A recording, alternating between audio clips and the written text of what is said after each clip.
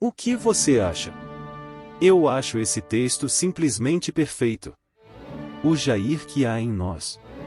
O Brasil levará décadas para compreender o que aconteceu naquele nebuloso ano de 2018, quando seus eleitores escolheram, para presidir o país, Jair Bolsonaro. Capitão do Exército expulso da corporação por organização de ato terrorista, deputado de 7 mandatos conhecido não pelos 2 projetos de lei que conseguiu aprovar em 28 anos, mas pelas maquinações do submundo que incluem denúncias de rachadinha, contratação de parentes e envolvimento com milícias, ganhador do troféu de campeão nacional da escatologia, da falta de educação e das ofensas de todos os matizes de preconceito que se pode listar. Embora seu discurso seja de negação da velha política, Bolsonaro, na verdade, representa não sua negação, mas o que há de pior nela. Ele é a materialização do lado mais nefasto, mais autoritário e mais inescrupuloso do sistema político brasileiro. Mas, e esse é o ponto que quero discutir hoje, ele está longe de ser algo surgido do nada ou brotado do chão pisoteado pela negação da política, alimentada nos anos que antecederam as eleições. Pelo contrário, como pesquisador das relações entre cultura e comportamento político, estou cada vez mais convencido de que Bolsonaro é uma expressão bastante fiel do brasileiro médio, um retrato do modo de pensar o mundo, a sociedade e a política que caracteriza o típico cidadão do nosso país. Quando me refiro ao brasileiro médio, obviamente não estou tratando da imagem romantizada pela mídia e pelo imaginário popular, do brasileiro receptivo, criativo, solidário, divertido e malandro. Refiro-me à sua versão mais obscura e, infelizmente, mais realista segundo o que minhas pesquisas e minha experiência têm demonstrado. No mundo real o brasileiro é preconceituoso, violento, analfabeto, nas letras, na política, na ciência e em quase tudo. É racista, machista, autoritário, interesseiro, moralista, cínico, fofoqueiro, desonesto. Os avanços civilizatórios que o mundo viveu, especialmente a partir da segunda metade do século XX, inevitavelmente chegaram ao país. Se materializaram em legislações, em políticas públicas, de inclusão, de combate ao racismo e ao machismo, de criminalização do preconceito, em diretrizes educacionais para escolas e universidades.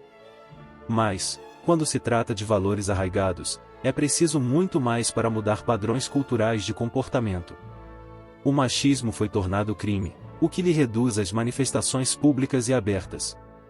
Mas ele sobrevive no imaginário da população, no cotidiano da vida privada, nas relações afetivas e nos ambientes de trabalho, nas redes sociais, nos grupos de WhatsApp, nas piadas diárias, nos comentários entre os amigos de confiança, nos pequenos grupos onde há certa garantia de que ninguém irá denunciá-lo.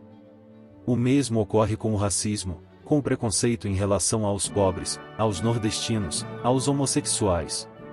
Proibido de se manifestar, ele sobrevive internalizado, reprimido não por convicção decorrente de mudança cultural, mas por medo do flagrante que pode levar à punição. É por isso que o politicamente correto, por aqui, nunca foi expressão de conscientização, mas algo mal visto por tolher a naturalidade do cotidiano. Se houve avanços, e eles são, sim, reais, nas relações de gênero, na inclusão de negros e homossexuais, foi menos por superação cultural do preconceito do que pela pressão exercida pelos instrumentos jurídicos e policiais. Mas, como sempre ocorre quando um sentimento humano é reprimido, ele é armazenado de algum modo. Ele se acumula, infla e, um dia, encontrará um modo de extravasar. Foi algo parecido que aconteceu com o brasileiro médio, com todos os seus preconceitos reprimidos, e a duras penas, escondidos, que viu em um candidato à presidência da República essa possibilidade de extravasamento. Eis que ele tinha a possibilidade de escolher, como seu representante líder máximo do país, alguém que podia ser e dizer tudo o que ele também pensa, mas que não pode expressar por ser um cidadão comum. Agora esse cidadão comum tem voz. Ele de fato se sente representado pelo presidente que ofende as mulheres, os homossexuais, os índios, os nordestinos. Ele tem a sensação de estar pessoalmente no poder quando vê o líder máximo da nação usar palavreado vulgar, frases mal formuladas, palavrões e ofensas para atacar quem pensa diferente. Ele se sente importante quando seu mito enaltece a ignorância, a falta de conhecimento, o senso comum e a violência verbal para difamar os cientistas, os professores, os artistas, os intelectuais, pois eles representam uma forma de ver o mundo que sua própria ignorância não permite compreender. Esse cidadão se vê empoderado quando as lideranças políticas que ele elegeu negam os problemas ambientais, pois eles são anunciados por cientistas que ele próprio vê como inúteis e contrários às suas crenças religiosas. Sente um prazer profundo quando seu governante maior faz acusações moralistas contra desafetos, e quando prega a morte de bandidos e a destruição de todos os opositores.